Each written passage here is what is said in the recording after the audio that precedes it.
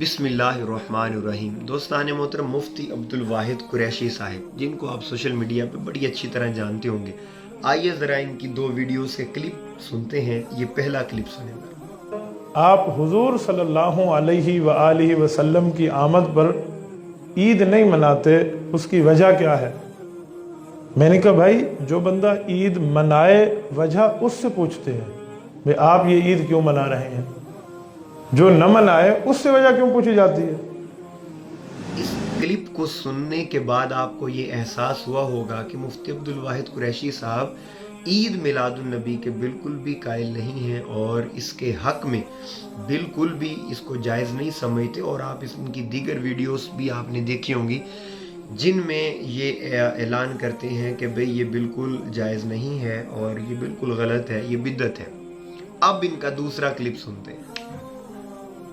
ये जो रबीउल अव्वल का प्रोग्राम डेरा इस्माइल खान जिले में होता है, ये कोई 100 साल से होता हुआ आ रहा है। ये तो मेरी पैदाइश से भी पहले की बात है भाइयों, तो मेरी बात नहीं है। उसमें अल्हम्दुलिल्लाह मजलिस अहरार इस्लाम, मजलिस तहफ़्फ़ुज़ ख़त्म नबुव्वत, इसी तरह सहाबा किराम पे काम करने वाली तमाम जमातें और अहले हक की नुमाइंदा जमात, जमीयत उलमा इस्लाम, तंजीम अहलुस सुन्नत वल जमात, तंजीम मजलिस हुकूक अहलुस सुन्नत, ये सारे अकाबिरीन उलमा, शयूखुल हदीस, मुफ्तियान मौजूद होते हैं। वो सारे मौजूद थे। तो अकेला मैं थोड़ी था भेज के चावल मैं खा दें यार, सारा वाक़ा वहां मौजूद था, सारे उलमा वहां मौजूद थे। आप सिर्फ एक मेरे ऊपर भी बात करते हैं ऐसे घोड़े पे।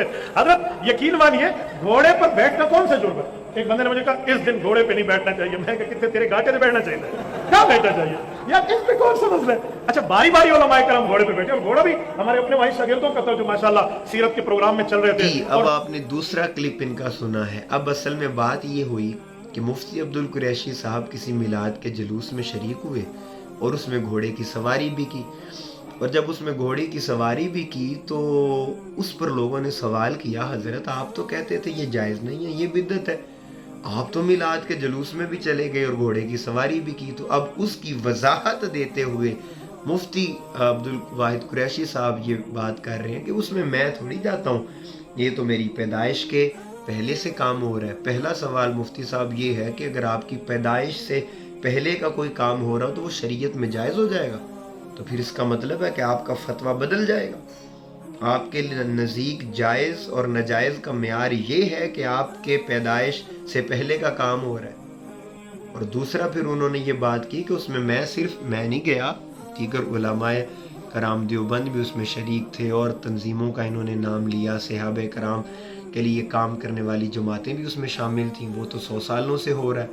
तो मुझे ये अभी तक समझ नहीं आ रही किबला मुफ्ती साहब, आप ज़रा लोगों को ये तो ज़रा समझाएं, क्या उलमा के शरीक होने से नाजायज़ काम जायज़ हो जाता है?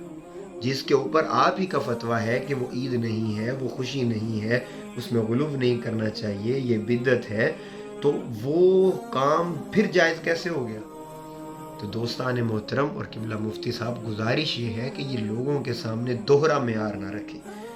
मेहराब और मिंबर के वारिसों की गफलत की वजह से पहले ही उम्मत टुकड़े टुकड़े हो चुकी है।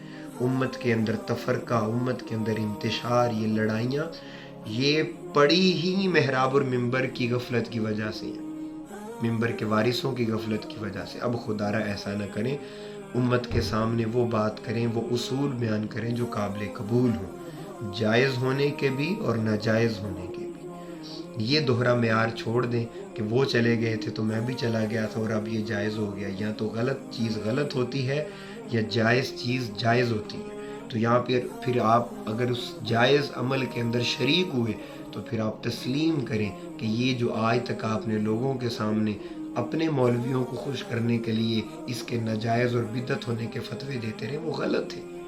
एक जायज़ अमल को गलत कहना ये बहुत बड़ी ज़्यादती है, बहुत बड़ी ज़्यादती है। तो मैं उम्मीद करता हूँ कि आइंदा से आप इस मामले के अंदर एहतियात करेंगे। अस्सलामु अलैकुम वरहमतुल्लाहि वबरकातुहू।